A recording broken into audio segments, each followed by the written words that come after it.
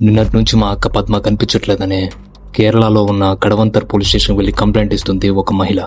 Complaint తీసుకుని investigation start చేసిన కొద్ది రోజుల్లోనే మొహమ్మద్ షఫీ అనే ఒక పర్సన్ ని కస్టడీలోకి తీసుకుని ఎంక్వైరీ చేయడంతో అతను చెప్పిన విషయాలు విని ఒక్కసారిగా కేరళనే కాదు మొత్తం ఇండియా మొత్తం షాక్ అయింది.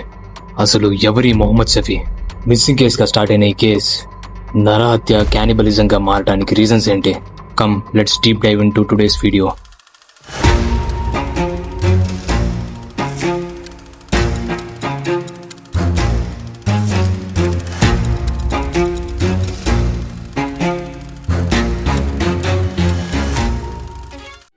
రెండు 2022 కేరళలో జరిగిన ఈ సంఘటన ఇంతవరకు ఎవరూ మర్చిపోలేదు. అది సెప్టెంబర్ 27 రాత్రి 10:30 నిన్న పని మీద బయటికి వెళ్ళిన మా అక్క ఇంతవరకు ఇంటికి రాలేదని, ఫోన్ నిన్నటి నుంచి స్విచ్ ఆఫ్ వస్తుందని పలనల్మయ్య అనే ఒక మహిళ పోలీస్ కంప్లైంట్ ఇస్తుంది. ఇది విన్న పోలీసులు మిస్సింగ్ కంప్లైంట్ గా ఫైల్ చేసి కేసుని ఇన్వెస్టిగేషన్ చేయడం స్టార్ట్ చేస్తారు. అసలు ఇంతకీ ఎవరి పద్మ? తమిళనాడులోని ధర్మపురి అనే విలేజ్ కి చెందిన ఈమె గత 15 సంవత్సరాలుగా కేరళలోని కొచ్చిలో లాటరీ టికెట్స్ అమ్ముతూ జీవనోపాధి గడుపుతుంది. పద్మకి ఒక పాప ఒక బాబు. మిడిల్ క్లాస్ కుటుంబం కావడంతో పిల్లల్ని తన భర్త దగ్గరే వదిలేసి తమిళనాడు నుంచి కేరళకి వచ్చి ఇక్కడే జీవనోపాధి గడుపుతుంది. Now coming back. సెప్టెంబర్ 26 ఉదయం 9:30 పద్మ తన ఇంటి ముందు ఉన్న ఒక సీసీటీవీ ఫుటేజ్లో ఎవరితో వెహికల్ ఎక్కుతూ కనిపించింది. ఇక వెహికల్ ఎవరిదని ఎంక్వైరీ చేయడం స్టార్ట్ చేశారు పోలీసులు. ఇంతలో మరొక వైపు పద్మ ఫోన్ని ట్రాక్ చేయగా సరిగ్గా కోచి నుంచి 120 కిలోమీటర్ల దూరంలో పలనంతిట్ట అనే ప్లేస్లో లాస్ట్గా ఫోన్ని యూజ్ చేసినట్టు గమనించారు. ఇంతలో సీసీటీవీ ఫుటేజ్లో పద్మ ఎక్కి వెళ్లిన వెహికల్ ఎవరితో కాదు, మొహమ్మద్ షఫీ. ఇక మొహమ్మద్ షఫీని కస్టడీలోకి తీసుకుని ఎంక్వైరీ చేయడం స్టార్ట్ చేశారు. మొదట్లో మొహమ్మద్ షఫీ తనకేం తెలియదని చెప్పాడు. కానీ పోలీసులు తమ స్టైల్లో ఎంక్వైరీ చేస్తే ఈ కేసు ఒక సాధారణమైన కేసు కాదని మొహమ్మద్ షఫీ చెప్పిన విషయాలు విన్నాక పోలీసులకు అర్థమైంది. మొహమ్మద్ షఫీ చిన్నతనంలో నుంచే ఇంట్లో నుంచి పారిపోయి కేరళలోని వివిధ ప్రాంతాల్లో ఉంటూ చిన్న చిన్న దొంగతనాలు చేస్తూ తన జీవితాన్ని కొనసాగిస్తున్నాడు. మొహమ్మద్ షఫీ పోలీసులకి పరిచయమే, ఎందుకంటే అతని పేరు ఎప్పుడు పోలీస్ రికార్డ్స్ లో ఉంటుంది. ఇదే కాకుండా మొహమ్మద్ షఫీ 75 ఏళ్ల ఒక ముసలావిడపై హత్యాయత్నం చేసి సుమారుగా 2 సంవత్సరాల పాటు జైల్లో ఉండి బయటికి వచ్చాడు. Now coming back to the actual case. ఇక ఇంట్రాగేషన్ లో భాగంగా మొహమ్మద్ కాల్ హిస్టరీ చెక్ చేసిన పోలీసులకి ఈ కేసులో తను ఒక్కడే కాదు ఇంకా 2 ఇన్వాల్వ్ అయ్యి ఉన్నారని తెలిసింది. ఆ ఇద్దరే బన్వల్ సింగ్ ఇంకా అతని భార్య లైలా. కేరళలోని ఎలంతూర్ విలేజ్ కి చెందిన వీళ్ళు ప్రొఫెషనల్ గా ఎంతో కాలంగా అక్కడున్న ప్రజలకు నాటు వైద్య నిపుణుడిగా ఎంతో సుపరిచితం. కానీ వీళ్ళిద్దరికి మొహమ్మద్ షఫీతో ఏం పని?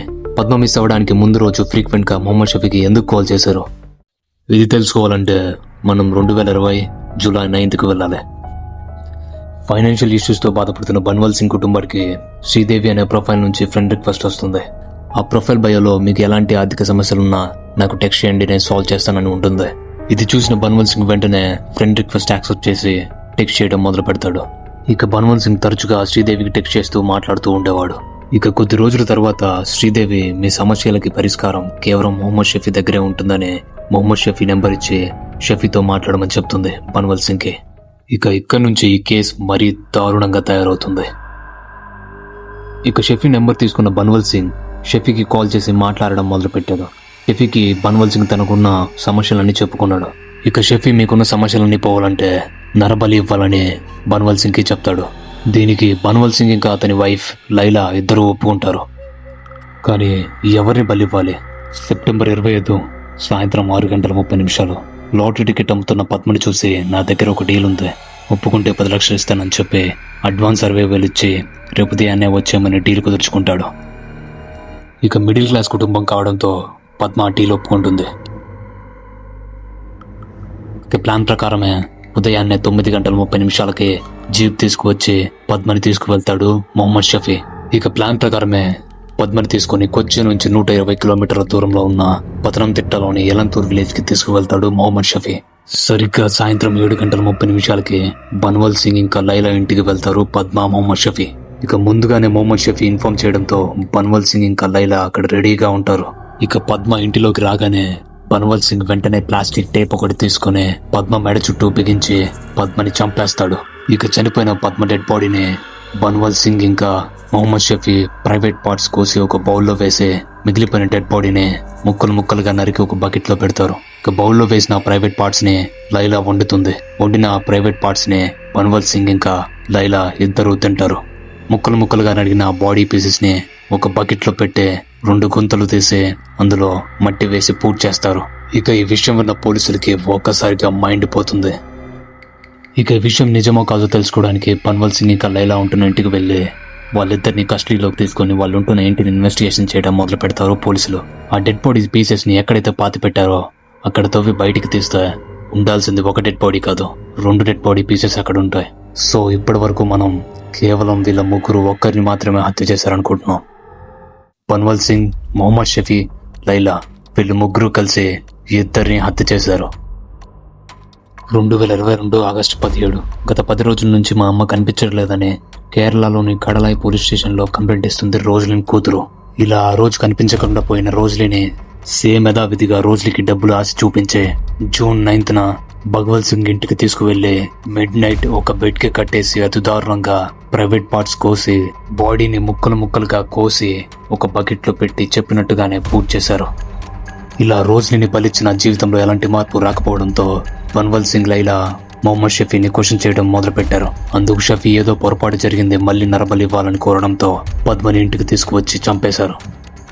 ఈ విషయం వెలుగులోకి వచ్చి చుట్టుపక్కల గ్రామాల్లో ఎంక్వైరీ చేయడం మొదలు పెట్టారు పోలీసులు. కానీ భగవంత్ సింగ్ ఇంకా లైలా పైన ఎలాంటి క్రిమినల్ యాక్టివిటీస్ లేవని, భగవంత్ సింగ్ ఇంకా లైలా ఎంతో మంచివారని, వాళ్ళ దగ్గర ఎంతో మంది వైద్యం చేసుకుని తమ అనారోగ్యాన్ని పోగొట్టుకున్నారని చుట్టుపక్కల ఉన్న గ్రామాల వాళ్ళు చెప్పారు. ఈ కేసులో ప్రధాన నిందితుడైన మొహమ్మద్ షఫీ ఒక సైకో అని, మనుషుల్ని హింసించి చంపి చిత్రహింసలు చేసి ఆనందాన్ని పొందుతాడని ఈ కేసుని ఇన్వెస్టిగేషన్ చేసిన సిహెచ్ నాగరాజు గారు చెప్పారు.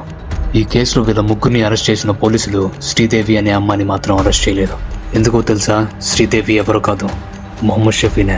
మొహమ్మద్ షఫీనే శ్రీదేవి అనే ప్రొఫైల్ క్రియేట్ చేసి ఇలా ప్రతి ఒక్కరికి రిక్వెస్ట్ పెడుతూ ఉండేవాడు. ఇక మొహమ్మద్ షఫీ ఉచ్చులో చిక్కుకుపోయిన వాళ్ళే ఈ బన్వల్ సింగ్ ఇంకా లైలా.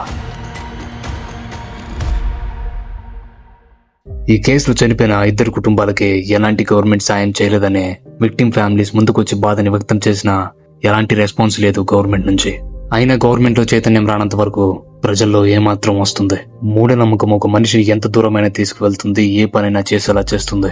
మనలో మార్పు రానంత వరకు ఈ సొసైటీలో మొహమ్మద్ షఫీ లాంటి సైకోపాత్స్, అక్రమాలు, అరాచకాలు వెలుగులోకి వస్తూనే ఉంటాయి. కష్టపడి పనిచేసి వచ్చిన దాంతో తృప్తి పడకుండా అత్యాశకు వెళ్తే జీవితం వీళ్ళిద్దరిలాగే నాశనం అవుతుందని చెప్పడానికి బన్వల్ సింగ్ ఇంకా లైలా ఒక example. That's it for today. ఈ వీడియో ఎలా అనిపించిందో కామెంట్ సెక్షన్ లో చెప్పండి. ఈ వీడియో నచ్చితే మీ ఫ్రెండ్స్ అండ్ ఫ్యామిలీ మెంబర్స్ కి షేర్ చేయండి. And I see you with another video. Until have some piece.